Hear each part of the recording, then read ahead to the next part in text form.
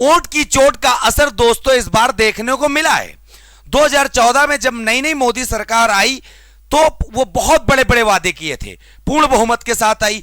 2019 में भी वही हाल हुआ, पूर्ण बहुमत के साथ आई। लेकिन 10 साल में परिणाम ना मिलने के कारण जब ये तीसरी बार आई है तो उसको रिजल्ट देखने को मिला है।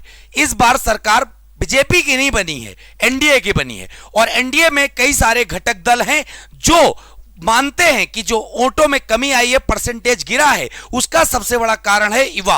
और युवाओं में सबसे बड़ी नाराजगी है जो गांव में रहने वाला सुबह बच्चा तैयारी करता था, फौज में जाने के सपने देखता था, चाहे वो आर्मी के हो, चाहे नेवी का हो, चाहे एयरफोर्स का हो, उसमें नाराजगी रही कि जो नौकरी पाता था परमानेंट की, वो पा रहा था सिर्फ 4 साल की। तो उसी को बदलाव करने के लिए सारा युवा ने इस बार उनको अपनी वोट की ताकत दिखाई है, क्योंकि भारत का संविधान जनता पर निर्भर है। और इस बार जैसे ही सरकार बनी है, सारे घटक दल ने यही कहा है कि ये जो अग्निवीर योजना है, जो युवाओं के मन को रास नहीं आई है, इसमें आप समीक्षा करिए, इसमें आप बदलाव करिए। तो यहां पे कुछ ऐसे मुद्दे हैं जो अभी आपको हाल ही में तुरंत देखने को मिल जाएंगे कि जिनकी मांग की जा रही है उसमें बदलाव देखने को 100% मिलना तय है। तो जानते हैं कि एक मुद्दा जो सभी लोगों के द्वारा रखा गया है, जो एक प्रकार से भीतरी सूचनाओं के माध्यम से प्राप्त हुआ है कि ये चीजें बदलनी चाहिए। तो देखते हैं बच्चे क्या है। सबसे पहले यहां पे सारे पॉइंट लेकर आया हूं मैं। रीलॉन्च्ड अग्निपथ, सबसे पहले ये रीलॉन्च्ड अग्निपथ जो अग्निवीर योजना है, इसको दोबारा चेंज करने की बात कही गई है। आखिरकार क्या इसमें कहा बोला गया?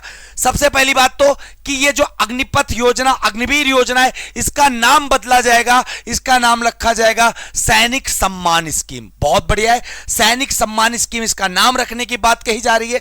दूसरी बात, 25% को वहां पर परमानेंट किया जाता था। 100% अगर बच्चा जाता था, मात्र 25% परमानेंट किया जाता था और 75% 4 साल बाद निकाल दिया जाता था। बच्चे 25% से बढ़ाकर 60% परमानेंट करने की बात कही गई है।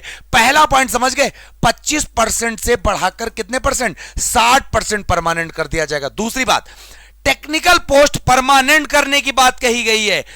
एक प्रकार से सिपाही को पोस्ट छोड़कर कोई भी पोस्ट होगी सब परमानेंट होंगी, इस पर कोई परसेंटेज नहीं लागू किया जाएगा। दूसरी बात, 4 साल जो नौकरी मिलती थी, दूसरा पॉइंट है, जो 4 साल नौकरी करनी पड़ती थी, 4 साल से बढ़ाकर उसकी टाइम पीरियड को कितना किया गया? 7 साल। क्यों? क्योंकि एक आर्मी का जवान जाता है तो 15 साल तक तो मिनिमम करता ही है। कहा गया कि अगर आप 40% जो एक प्रकार से वहां पर रहे, 40% बाहर आएंगे, कम से कम 7 साल तो नौकरी वो पाए युवा। ठीक है, दूसरा बड़ा पॉइंट है, बहुत बढ़िया स्कीम हो जाएगी, आफ्टर डेथ फैमिली पेंशन। भाई जो सैनिक होता था परमानेंट, उसकी अगर शहादत हो जाती थी तो उसके परिवार को पेंशन मिलती थी। लेकिन इसमें अग्निपथ योजना में ऐसा कोई सिस्टम नहीं था। तो यह बात बोली गई कि आफ्टर डेथ फैमिली को पेंशन दी जानी चाहिए।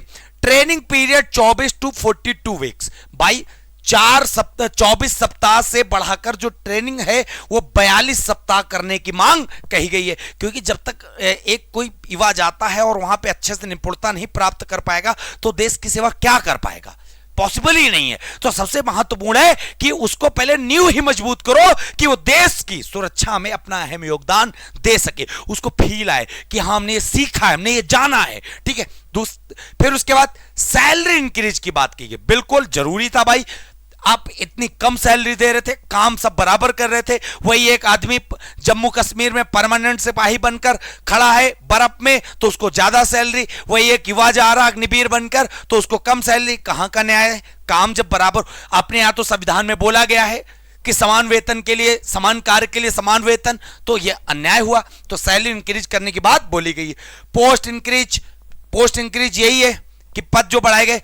दूसरी बात, छुट्टी बहुत मोस्ट इंपॉर्टेंट है कि छुट्टियां, बच्चे 1.5 महीने की छुट्टी बोली गई है कि 45 दिन लीव मिलेगा अग्निवीरों को। जो अग्निवीर सैनिक सम्मान योजना जब चलने लगेगी कि 45 दिन छुट्टी मिलनी चाहिए। अगला point, fresh joiners not to called Agniveer. जितने भी नए बंदे जाएंगे उनको अग्निवीर नहीं कहा जाएगा, एक सिपाही, सैनिक सम्मान। ठीक है, अग्निपथ स्कीम चेंज टू सैनिक सम्मान स्कीम। आपको मैंने पहले बताया, टोटल पैकेज 41 लाख का। भाई जो टोटल रुपया मिलेगा 7 साल में बंदा कमा के आएगा वो कितना? 41 लाख की बात बोली गई है, बहुत अच्छे से। ठीक है, फिर उसके बाद अगर और पॉइंटों की बात करते हैं, और क्या पॉइंट है, तो यहां पे हम लोग जान लेते हैं। बहुत अच्छे से सारी चीजें यहां पर बताई गई हैं, सब चीजों पर हम चर्चा कर रहे हैं। ठीक, यहां पे बच्चे आगे बात बोली गई है कि 7 साल गारंटेड जॉब प्रोवाइड, कहने का मतलब 7 साल बाद अगर कोई बंदा आएगा तो उसको कोई ना कोई जॉब यहां पर दी जाएगी। दूसरी बात, 15% अगर कोई भी 7 साल नौकरी करके आ रहा है, उसके बाद सेंट्रल गवर्नमेंट में चाहे वो एसएससी हो, चाहे सीपीओ एसआई हो, को बैंकिंग हो, सब जगह 15% इन्हीं लोगों के लिए आरक्षण रखा जाए। ठीक है, उसके बाद ये बेटा पूरा चार्ट बना है। चार्ट क्या बना है, 4 साल पहले नौकरी होती थी, अब 7 साल होगी। पहले 22 लाख मिलता था, अब 41 लाख मिलेगा। 50 लाख डेथ होने पर मिलता था बच्चे, अब 75 लाख किया जाएगा। 2 वैकेंसी जो है 2 बार आती थी पर ईयर, 2 बार आएंगी पर ईयर, मतलब 1 साल में 2 बार 6 महीने में। 10% पहले रिलैक्सेशन था नौकरियों में, अब 15%। पहले 24 सप्ताह की ट्रेनिंग होती थी, अब 42 सप्ताह की। पहले एनओसी अप्लाई करनी पड़ती थी, अब नॉट अप्लाई करनी पड़ेगी, नो ऑब्जेक्शन सर्टिफिकेट। पहले छुट्टियां 30 दिन की मिलती थी, अब 45 दिन की मिलेंगी। सबसे खास बात यहां पे बोली गई है कि Sainik Samman scheme started after the letter vacancies of February 2024। फरवरी 2024 के बाद ये स्कीम लागू हो जाएगी, मतलब जो अभी भर्ती हो रहे हैं सब उन्हीं में काउंट किया जाएगा। सबसे खास बात सुन लो, all types will be official declared by Rajnath Singh on 23 of June 2024। 23 जून 2024 को जो अपने डिफेंस मिनिस्टर है राजनाथ सिंह के द्वारा ऑफिशियली बिल्कुल डिक्लेयर कर दिया जाएगा। तो साथियों ये मांग की गई है, और ये मान लीजिएगा इसमें से 99% यही होने वाला है।